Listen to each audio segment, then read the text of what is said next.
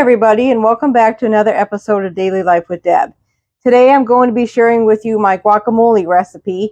It's a recipe that I make literally every week, sometimes twice a week. My husband, he likes it on his toast in the morning instead of avocado toast, so we tend to go through a lot of it. Or I should say he tends to go through a lot of it. I'm not a fan of avocados or tomatoes, so it kind of lays guacamole out for me, but he loves it. So, first of all, I'm going to go through our ingredients. Some of these may be not totally typical. Like, okay, you're going to use one jalapeno pepper, which some recipes have jalapenos and some don't. But anyway, one jalapeno pepper, fresh or frozen. This one's actually frozen from my garden last year. So we're going to have one of those, and you will remove the seeds and membranes from it. 2 tomatoes. These are a little bit larger than what I normally use. I would normally use like a smaller like a Roma tomato or something, but this is what I had. You could, if you don't want that much tomato, just put 1 in or put 1.5 in. I'm going to go ahead and put both of them in. But yeah, you can totally tweak the amount if you want. Half of a small to medium onion, and this is another thing that can be adjusted as well. I have actually made it with a lot more onion. I'm kind of cutting back on that a little bit because it's a little hard for me to deal with onion still at the moment. I'm 19 weeks pregnant, and during my first trimester, I cannot even think about an onion. So it was a real struggle, and I kind of got used to using less in there, and I'm eventually going to build up to it. And I don't even, like I don't even eat the guacamole. It's for my husband. He really enjoys it. But yeah, I just couldn't do the onion, even preparing it. So half of a small to medium onion. And you'll want salt of your choice. And you're going to want 2 tablespoons of cilantro. And what I do is, because at Walmart or wherever you get cilantro, it comes in a pretty big bunch, and you usually use like maybe 1/8 or 1/4 of the bunch. And then it has basically no shelf life. I mean, you can keep it in the fridge for like maybe a week, but usually I'm not going to use that much. So I will actually buy several bunches at a time, just pack this food processor full, chop it up really fine, and then I have a large, it actually came in a set of cookie scoops, but it's more like an ice cream scoop. Or no, this might not be the one. It came in a set of 3. This is the one. I think this is the one that's a 2 tablespoon scoop. And I will take it and scoop it out on a cookie sheet and freeze them in these, oops, just opened that the wrong way. Freeze them in these little chunks, which are approximately 2 tablespoons. If you had to be really exact, this may not be the way to go, but it doesn't really matter. You don't have to be that exact. And last but not least is our avocados. These avocados were still a bit firm when I bought them a few days ago. So I put them in the paper bag, and they are now nice and soft. Let's see, I bought them Sunday evening, and it's now Tuesday afternoon, so almost 48 hours in the paper bag. Really soft them up very nicely. And this makes a fairly large batch, so I use 4 avocados. So that's your list of ingredients. Pretty simple, pretty basic and straightforward. Now let's get started on the assembly. And actually the equipment you'll need for that. I use just a standard food processor fit with a blade. Put that in the bottom. And what I do first is I add my seeded and membrane removed jalapeno. Put that in with the onion and the cilantro and chop it up first. Then I add my tomato and avocado. Okay, so we have our jalapeno and our onion and our cilantro in the food processor. We're just going to pulse this a few times to get it chopped up a bit.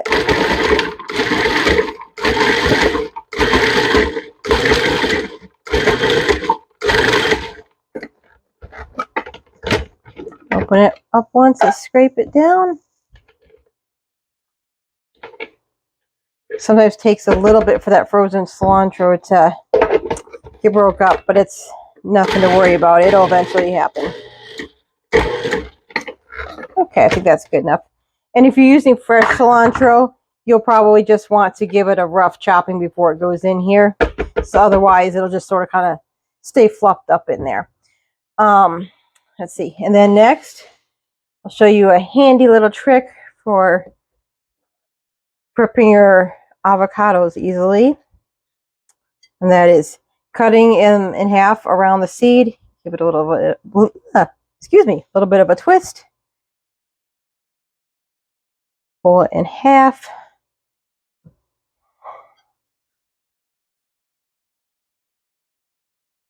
Sorry, I'm not looking in my camera frame to see if these are even in the frame, so hopefully you can see it. Okay, and then to get the seeds out, take your knife, stick it in. I've seen where people like hit it. I've done that a few times. I feel like it's too easy for me to slip off and cut myself. If that's something that works for you, feel free, but I like to put it on there and just kind of give it a wiggle to kind of get it stuck in the seed a little bit, twist, and remove the seed. Oops. Occasionally you get one that sticks a bit.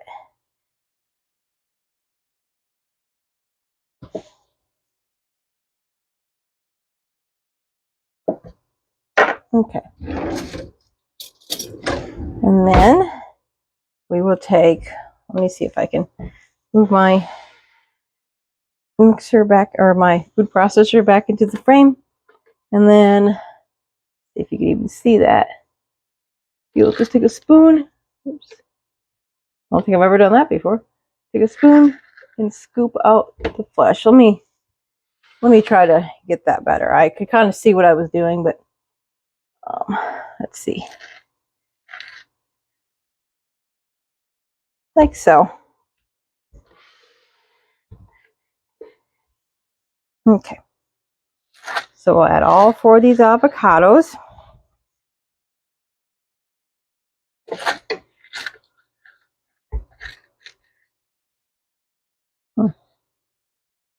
Okay, I have no idea why that one was a little bit hard to remove. I think I know why. Probably because I'm filming this. And usually things go perfectly when you're not filming. And when you're filming, that's when things can get a little interesting.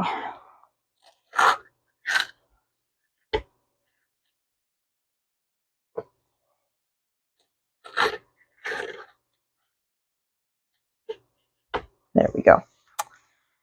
Okay, let me rinse my hands really quick.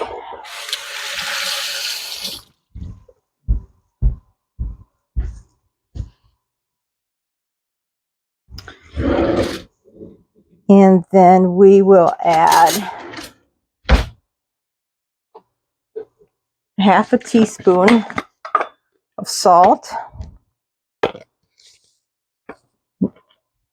You can use a measuring teaspoon if you desire. I normally do, but sometimes if I don't have it right near me, because actually mine is in the dishwasher at the moment, then you can just go ahead and use a regular spoon because it doesn't have to be super exact. And you could also add a 1/4 teaspoon of garlic powder if you like. I do that sometimes too, but just not always. I kind of quit doing that when I got pregnant because I had even bigger issues with garlic than I have with the onion. So I felt like I could tolerate the onion, just the garlic, I just couldn't do it. Okay, now for the tomato, it'll get chopped up in here, but I like to give it a little bit of a preliminary chop. Probably should have got my cutting board out and just did it that way, but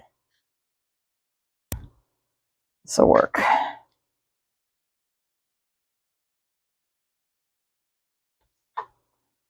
I'm also using the wrong knife. I need my tomato knife, but here I'm trying to save on dishes. So, okay. Give this a few pulses to kind of get it broke up a bit first. And what I often have to do is partway through, you could actually chop the avocado first, but I usually just toss the halves in here. And then once I pulse it a little bit, then I'll just kind of run a knife through and help get some of those chunks, because then it gets caught under the blade a little bit easier. Okay, it's roughly chopped. And you can, or not chopped, roughly like blended. And you can do that as long as you want. If you want to leave it chunkier, if you want some chunks in there, then maybe add the tomato to it right away and don't worry about chopping it up first. We would just like to make it a little bit smoother.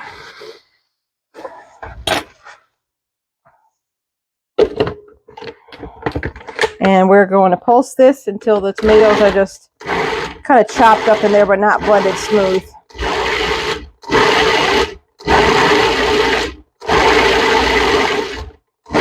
Usually I can tell because I'll start seeing like little flakes of tomato, and when I stop it I'm not seeing big chunks. Like I'm seeing some big chunks in there still.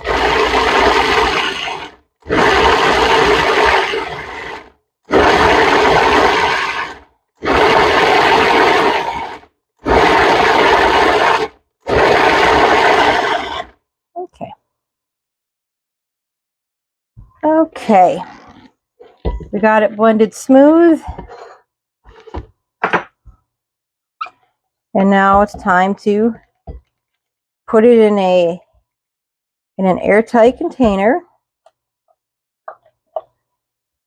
And you can keep this in the fridge for, I'd say, up to a week. I honestly don't exactly know the shelf life because, like I say, he eats the batch like this in about a week. Sometimes a little bit. Sometimes it won't last quite a week. And then I got to make him another batch, but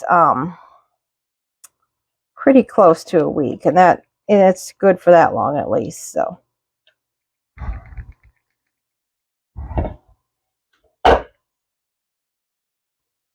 Well, I hope you all have enjoyed this video and enjoy this recipe and all your yummy Mexican dishes and other dishes that you'll use this summer, that you'll make this summer. Thanks so much for watching, and we'll see you next time.